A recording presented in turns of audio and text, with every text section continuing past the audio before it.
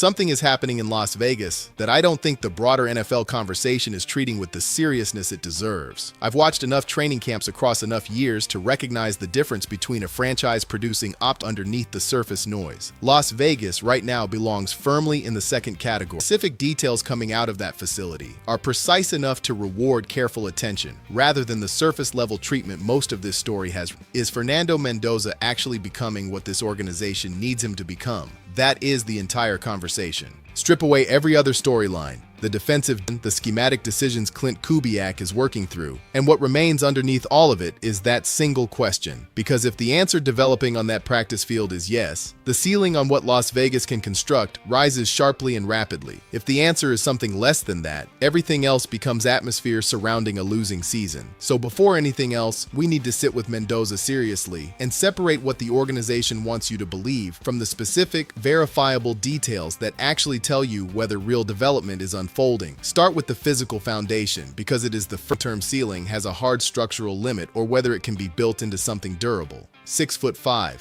over 230 pounds. I want you to think about what that frame actually provides in a real NFL pocket, because the measurement itself is not the point. The function behind the measurement is. That build allows a quarterback to see clearly over an interior defensive line that is actively trying to disrupt his vision. It allows him to absorb contact inside a collapsing pocket without losing the mechanical foundation his delivery depends on. It allows his eyes to stay working downfield through full progressions instead of bailing at the first sign of pressure and abandoning everything the play was designed to create. That physical profile is not a cosmetic selling point. It is a functional asset that a coaching staff can genuinely build an offense around. Now the arm strength question, because I want to engage with the honest version of this rather than the promotional version. Going into the draft process, the skeptics had a real argument. Some evaluators were not fully sold on the velocity, and dismissing that pre-draft hesitation would be intellectually careless. What is emerging from camp now, though, is that the arm is performing above the projections the most critical voices were working from. Let me be precise about what that means, because precision matters here. This is not a quarterback who is going to be freezing every safety in the building with deep shots launched across the field every other series. That is not this profile, and pretending otherwise would be a disservice. What the early reports are specifically and repeatedly describing is a quarterback who can drive the football on schedule, with genuine accuracy and real authority, into every window that Kubiak's system is designed to open. And that distinction is enormous, because the windows a well-constructed offense creates are exactly where NFL games get decided. A quarterback who delivers the ball with conviction and timing into those specific windows is not a limited prospect. He is the precise instrument this offense was built to deploy. The comparison circulating among evaluators blends Sam Darnold's movement quality and athleticism with Jared Goff's structural presence and size. I find that reference useful up to a point, but I want to be careful about how far we follow it, because quarterback comparisons carry weight in both directions and they distort as easily as they illuminate. What the Darnold portion of that comparison actually opens is a more important conversation than the comparison itself, because Sam Darnold's career is a documented case study in how completely and devastatingly the environment surrounding a quarterback determines what that quarterback is capable of producing at any given moment. Watch Darnold in New York. It was genuinely painful. A young player being asked to stabilize a fractured organization with inadequate protection, incomplete weapons, and no coherent infrastructure supporting him at any level. Then watch what happened the moment he arrived in Minnesota, inside a functional system designed around his actual skill set, with a coaching staff that understood precisely what his game needed to operate at its true level. Same human being, almost unrecognizable player. That distance is not a talent story. It is an environment story entirely. And here's what strikes me most directly about Mendoza's situation in relation to that history. He is not going to spend years searching for the right environment the way Darnold had to. He is beginning inside one. The developmental commitment exists from day one. The system being constructed around him is designed around what he does well. That starting condition is genuinely rare for a young quarterback in this league, and it compounds across a career in ways that no individual physical measurement captures. But I want to stop completely on one specific detail, because I think it tells you more about Fernando Mendoza as a competitor than any velocity reading or 40 time ever could. He turned down a White House visit to stay at the facility and get additional work in. I need you to actually sit with the weight of that decision before moving past it, because the natural instinct is to nod and scroll on. Don't. Think about what that moment actually represents. This is a first overall pick. His name sits at the center of every serious NFL conversation happening right now. The attention, the platform, the celebration, All of it is aimed directly at him. And when a White House invitation lands in front of him at that exact moment of maximum visibility, his answer is that he needs to be on the practice field. Nobody instructs a first overall pick to decline that invitation for the sake of extra footwork repetitions. That call came from inside the player, from a 22-year-old who possesses an unusual and very specific clarity about where he currently sits in his own development and what this particular moment in that development demands from him, regardless of what might be more visible or more celebrated from the outside. I have watched enough training camps across enough years to know that internal orientation cannot be installed through organizational culture, programs, or media training sessions. It either lives inside a player or it does not. Everything surfacing from that Las Vegas facility right now says it lives inside Mendoza at a level that is genuinely uncommon. Then layer onto that what is being reported about his pre-practice routine, because this detail carries the same quality of signal and it is being almost entirely overlooked in the broader coverage.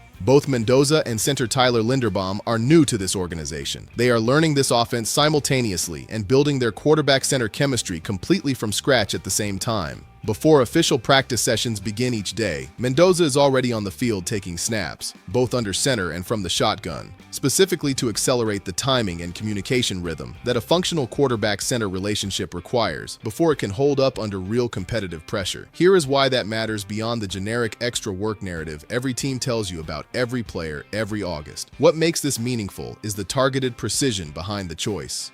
Mendoza identified a specific gap in his own readiness. Not preparation in general, not effort in general, but the developing operational rhythm with his new center specifically, and chose to address it before the formal practice schedule required him to. That is not a player surviving the demands of camp. That is a player engineering his own preparation ahead of the moment it becomes officially necessary. Those are two completely different orientations toward the same situation, and the difference between them does not stay small. It compounds across a full career. Now, the quarterback competition deserves direct treatment because the conversation around it has been vague in ways that do not serve anyone trying to understand what is actually happening. Kirk Cousins is currently tracking as the more likely Week 1 starter. That is the honest read from what is coming out of camp, and I am not going to reshape it into something more emotionally satisfying than it actually is. But here is why the binary version of this debate, Mendoza starts being good, Cousins starting being bad, misses something genuinely important. There is a legitimate historical argument, grounded in real career outcomes, for managing a young quarterback's entry into the starting role rather than placing him immediately under the full structural weight of a Week 1 situation. The quarterbacks who were exposed to that weight before the mental foundation was prepared to carry it, before reads became automatic, before protection communication was functional, before genuine rhythm existed with the receivers operating in his system. Those quarterbacks represent a disproportionate share of careers that bent in ways that took years to straighten. In some cases, they never straighten completely. The argument for using a veteran as a developmental buffer while the surrounding infrastructure solidifies is not organizational timidity. It carries real historical evidence, and I can respect the reasoning even while forming my own position on the right call. Here is where I land directly. If Mendoza demonstrates through the full evaluation window of training camp that he is genuinely prepared to operate at a high level in this system from the opening week, the decision has to be to start him. And when that decision is made, the commitment behind it must be real and durable, not a trial that dissolves the first time October gets difficult. A minimum of 10 games before any serious conversation about change even begins. Not 5. Not 3 rough outings followed by an organizational panic that unravels everything the decision was intended to build. 10 games, because anything shorter is not a developmental sample. It is a panic window wearing the costume of an evaluation.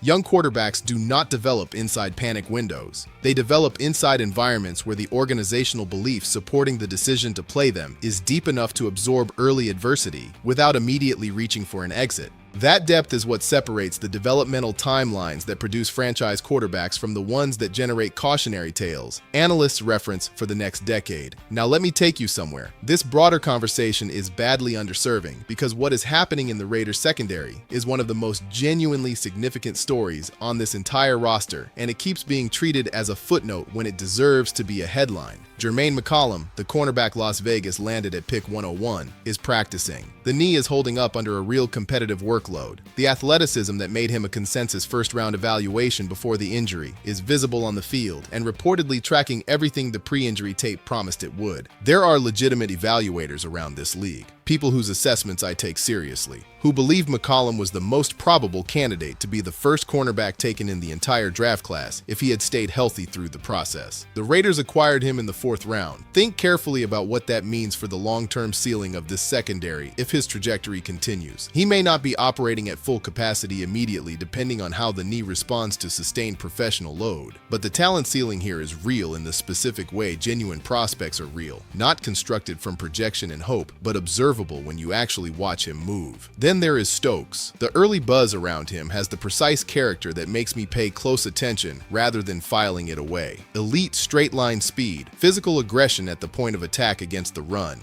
coverage athleticism, capable of holding up in assignment-based situations when the scheme demands it. That combination at the box safety position has been a recurring structural problem for this defense across multiple seasons. The Raiders have had stretches of real pass rush production. They have had windows of interior defensive line quality that challenged offenses. What they have consistently lacked is the blend of run-stopping physicality and coverage range at the safety level that allows the rest of a defensive structure to function at its actual ceiling rather than just at the ceiling suggested by individual pieces assessed in isolation. Stokes reads as the direct answer to that specific problem. Watching him generate genuine early camp evaluation is meaningful information about the direction this defense is actually heading. Step back and look at the full secondary transformation in context, because the distance this group has traveled needs to be understood against where it started. There were seasons in the recent Raiders past where opposing quarterbacks approached this secondary with something close to institutional confidence, throwing into coverage without fear, understanding that whatever pressure Las Vegas could generate up front, the corners on the back end were not going to consistently win contested situations. That culture of easy completions opposing offenses built against this team was real, and it was structurally corrosive to everything the Raiders were trying to accomplish defensively. What is being assembled right now is different at a foundational level. The 3rd and 4th corners on this current depth chart are genuinely better football players than players who were starting for this franchise during those difficult stretches. That is not a marginal adjustment.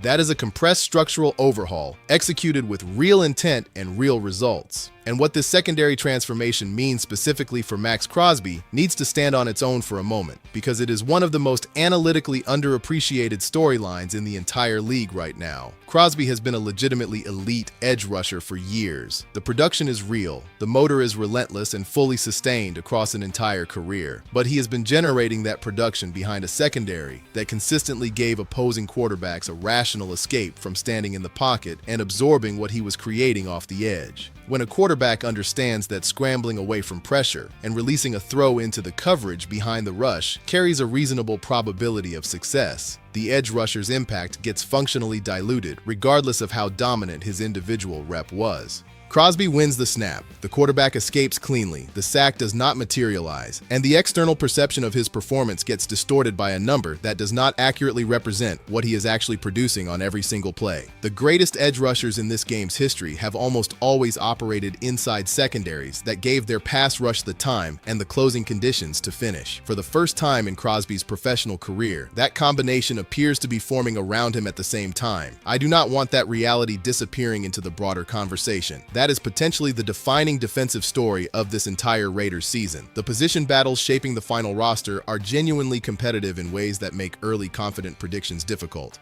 The receiver depth below the established spots features players with different and complementary skill sets competing for a limited number of positions, and those outcomes will directly shape what this offense can execute in specific game situations across a full 17 games. The running back picture has a clear top option in Mike Washington, explosively athletic with a physical testing profile that placed him among the most gifted players at that position in recent combine history. The defensive line rotation has a real architecture built around Crosby at the summit with meaningful competition developing for every role surrounding him. But the question I keep returning to, the one I believe ultimately determines everything about how this entire season gets evaluated in retrospect, is organizational in nature. Is the commitment behind this vision deep enough to hold itself together through the inevitable difficulty that arrives when the games begin mattering in ways that August performances simply do not? Every plan looks coherent in a training camp setting. Every projection survives contact with the schedule until the schedule becomes real. The test is what happens when that plan meets in October where the record has not matched the projection, when the young quarterback has a difficult 3-game stretch, and the external noise gets loud, and the internal pressure to make a change starts building from inside the building. That is where the real character of an organization becomes undeniable. That is where the difference between a genuine long-term rebuild and a cosmetic one that folds under pressure gets revealed for everyone watching. Everything emerging from Las Vegas right now suggests the answer to that question is yes. The coaching infrastructure is coherent. The quarterback's internal orientation toward work over celebration is not something an organization can manufacture through messaging. The secondary has been rebuilt from a structural liability into something capable of genuinely supporting what the rest of this defense is designed to accomplish. The weapons developing around a young passer give the offense real flexibility in how it creates problems for opposing defensive coordinators. All of it points toward an organization executing an actual plan with genuine coherence and structural intention, rather than manufacturing optimism for public consumption, while the real problems remain quietly unaddressed below the surface. The details coming out of this camp are specific enough to trust, and right now, taken together, they are telling a story that deserves to be followed with your full attention.